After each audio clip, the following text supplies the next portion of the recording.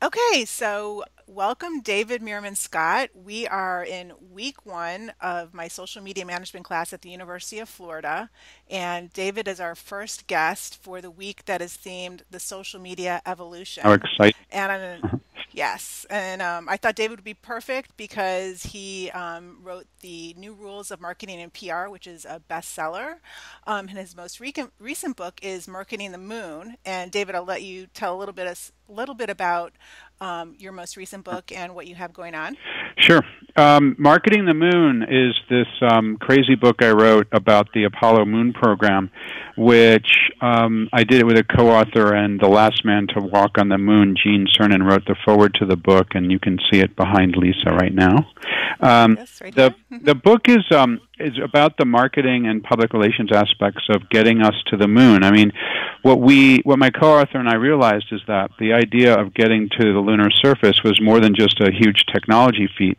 It also was a feat of marketing and public relations, because without it, we never could have convinced the American public to spend 4% of our national budget for an entire decade and have 2% of our national workforce for an entire decade dedicated to a project to get 12 people to the surface of the moon. It's just incredibly radical.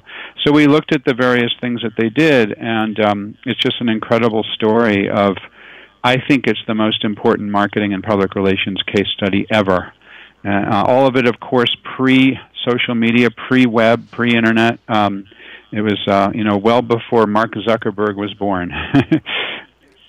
Exactly. So, what can we learn? What lessons can we learn from? I mean, this was pre-social media, Yeah. obviously, but there was still certain aspects that we're doing today. So, what can social media managers learn from how we used marketing to put a man on the Well, moon? one of the things that that we found fascinating was that we actually put cameras onto the spacecraft. There was live television in the spacecraft. There was live television from the surface of the moon. And that was something that people at NASA, a lot of people at NASA didn't want to have happen. It was something that a lot of the astronauts didn't want to have happen. The reason is because the astronauts didn't want to feel like they were trained actors or television producers. They didn't want to bother with doing television during their important mission. And the NASA spacecraft designers didn't want to have television because they didn't want to bring the extra weight. At that time, cameras were very heavy, and it would have meant that they had to remove something else from the spacecraft or change the design in order to bring this heavy camera. But fortunately, people like Tom Stafford, who was an astronaut, and Paul Haney, who was a public relations person at NASA, got together and convinced them that it's really important for the public to see live what was going on the moon. And we drew some great parallels to what's happening in social media today, where a lot of people in companies, probably like your students and certainly you and I, argue that social media needs to be a very important part of what's going on in companies. Obviously, duh. Right? Companies should be engaged with their customers via Twitter, via Facebook, and whatever other ways make sense, YouTube, blogs, and all that. And So, there's also people who believe that they shouldn't, and that it's too difficult, and we shouldn't be spending time on what they believe to be this frivolous social media stuff. So it was an incredible parallel. 50 years ago was when the arguments were going on around live television on the surface of the moon. 50 years later, we're talking about live social media in companies. It just seems like we're having the same argument all over again. so real-time communications was happening then, just in Oh a yeah, different format. yeah. Real-time communications was absolutely happening 45 years ago when we first went to the moon, and real-time communications is happening in smart companies today. So, over the past 10 years, we've both seen social media evolve. And so, take us back to pre social media, and then, like, for example, your first time using Facebook, first time using Yeah. Twitter, and when was your big aha moment of social media? Well, interestingly, my experience goes way back to 1983, and I know that sounds nutty, but my first job was on a bond trading desk. I worked at Dean Witter in New York City, and on our desks, we had these big, old, clunky, black and white, real-time financial information services that delivered content from companies like Reuters and Dow Jones. And interestingly, they had two-way communications capabilities. It was actually done using video technology. It wasn't even digital. It was video technology. And basically, you would get a private page, and you could update it, the text on it, and it was a piece of video. And it's just ancient, clunky technology from looked at today.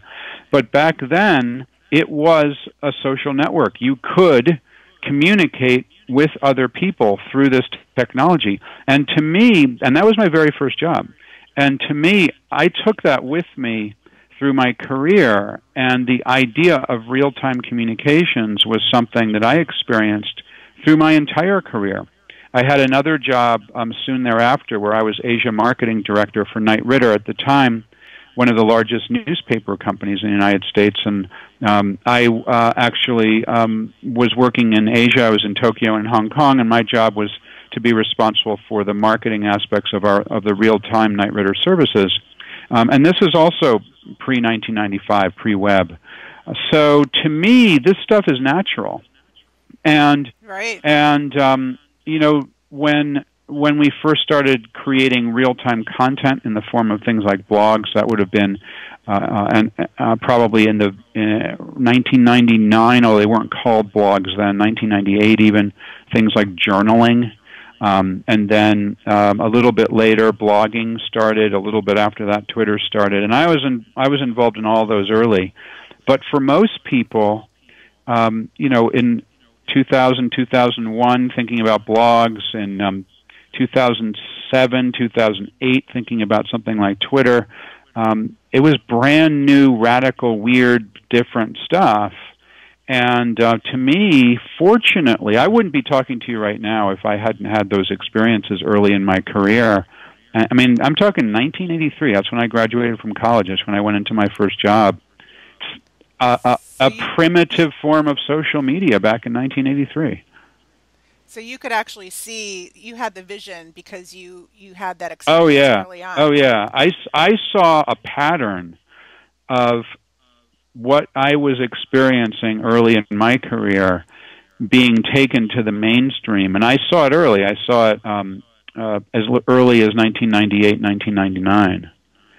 So when you first started using Facebook and Twitter, did people think you were kind of crazy trying to bring this into the PR fold? Yeah. Oh, no question about it. Yeah, no question about it. I mean, in the early days, you know, the powers that be, the associations that we all know and love, the PR managers and directors and vice presidents and marketing managers, directors, vice presidents, many of them, and in the early days, almost all of them thought that I was nuts, and this was just crazy stuff. And what are you talking about? It'll be the most important form of communications in the future. And fortunately, I stuck to my guns, and it was hard in the beginning. You know, I'd be delivering presentations at conferences, and people would sit there with their arms folded and look at me like I was nuts.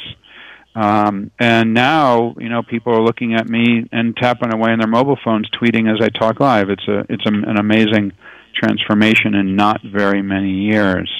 But yeah, it was a hard slog. You know, people really didn't quite get it there. I joined Facebook the first week that it was opened for non-students, because in the early days, as you probably know, Facebook was only for students, and I think it was '06 that they opened it up for non-students, or maybe '07, I can't remember, but right around there. And that was the very first week that I joined Facebook. I joined Twitter not very, very, very early, but 2008, early 2008. So it wasn't the first year of Twitter. I think it was the second year of Twitter. But there was very few people on Twitter at that point. I mean, so few people that my Twitter ID is DM Scott. I mean, you have to be DM Scott 2816 now. Exactly. And what about LinkedIn and Google Plus? Google Plus, Any? I joined the very first day. Or actually not the very first day, but the very beginning when they opened it to a closed user group, I got an invitation. LinkedIn, I was late to. I only joined LinkedIn 2 years ago. I was late to LinkedIn because in the beginning I thought LinkedIn was too spammy. In the very beginning, LinkedIn seemed to me, based on the invitations I was getting to join it, that it was only for people looking for jobs. And I didn't want to spend my time helping people find jobs, so I didn't join it until very late. And now it's extremely valuable to me. It's one of my most important social networks. But I think LinkedIn had to grow up, which they have done over the past 2 years, and become much more than just a tool for people to find jobs. Yeah, I've noticed, I totally agree with that. I noticed that LinkedIn has evolved and now it's offering the published posts. I noticed that you publish, how often do you publish your posts on LinkedIn? Usually twice a week, I publish a post, and it's been fantastic. That's one of the most surprising things that I've experienced in social networking, probably in the last 2 years, was the power of those posts. I mean, that one "I hate Google Plus" that you read, I know because we talked about it. I think it's got like 25 comments, and it's great. It's a really interesting way to get the word out. Definitely. So, do you think that, how do you pick or what advice would you give a social media manager? Do you post on your blog or do you post on LinkedIn, publish posts? How do you I pick? do both. I publish on my blog, and I publish almost identical content on LinkedIn. One of the reasons that that's possible and that doesn't pose a problem is because LinkedIn posts don't appear in Google search, or at least not that I've ever seen. I don't know if you have. So you're not going to be penalized by Google for publishing duplicate posts. Google doesn't like it when it sees identical content appear in two different places. And sometimes you can get a penalty by Google, and they'll suppress your content in the search engines if you're publishing in multiple places. So And so what I do, I publish a blog post on my blog, my personal blog. Then I publish simultaneously the same content on LinkedIn. Then I take the first paragraph or two, publish it on Google Plus with a link to the content on my blog, and then I publish the title of the blog post with a link on Twitter. And that's typically how I get the word out about my what I'm thinking about. that actually brings up a good point. That's interesting how you do that. But so, as week one, we're in social media evolution. We're going to be talking about how important it is to also have some sort of an understanding about search engines and Yeah, social search media engines are and really relative to important. content. And we're going to have some guests from Bing and Oh, from great. Google talking. But just as a social media manager, you touched on it, but just how you at least have to have some understanding of how search works, how social works, and optimization. Yeah, they're really important. They really fit together like pieces of a puzzle. Um, One of the things about social, which is great, is that you can communicate continuously to an audience. But one of the problems with social is that unless somebody shares your content, you're not reaching anybody you don't already know. That the same thing is true with email marketing. You know, if you have an email list with 10,000 people on it, that's great. You reach 10,000 people, but you're not going beyond that closed user group. Search, of course, means that you're reaching people you don't yet know. The same thing is true as when people share your content. You know, someone retweets it, someone gives you a plus on Google Plus, you know, things like that. So it is very important to understand how the ecosystem works of who already is subscribing in some way, either because they follow you on Twitter or they subscribe to your email list or whatever it might be, subscribe to your blog, check out your RSS feed, whatever it might be, versus who shares your stuff and how do you find content because, say, Lisa shared my blog post or my LinkedIn update, and then how do people find you when they are searching for something in the search engines? All very important parts of the ecosystem to understand. Okay, awesome. So one other thing I wanted to touch on is you packaged the term newsjacking pretty well because you wrote a book on Yeah. it. It didn't. It So didn't just exist before I talked about it. The word exists. so did you coin the I word? I did wanted to not. say you I coined. did not Okay. coin the word. The word had already been used. But when I ran across the word, and honestly can't remember where I ran across it. When I saw that word, I'm like, oh my God, what a fantastic word! I'm like, I knew exactly what it meant. I had been doing it for a decade. I'd been practicing the art and science of injecting my ideas into a breaking news story, which is my definition of newsjacking. I've been doing it for a decade. And I realized that this was a fantastic word for something I had been doing. And, believe it or not, when I saw that word, within 10 seconds, I knew I had a book I knew I was going to write a book on it. I just You knew. knew Yeah, it. I knew. Yeah. So I did a Google search to see who was talking about newsjacking. At the time I did the Google search, which would have been about maybe 6 months before the book came out, there were less than 200 search results for the word newsjacking. So that sort of shows how many people were talking about this concept of newsjacking, which is almost nobody. I mean, 200 hits on Google is nothing. And then I'm just doing a search right now just for fun. 97,000 now. So what's interesting to me about that is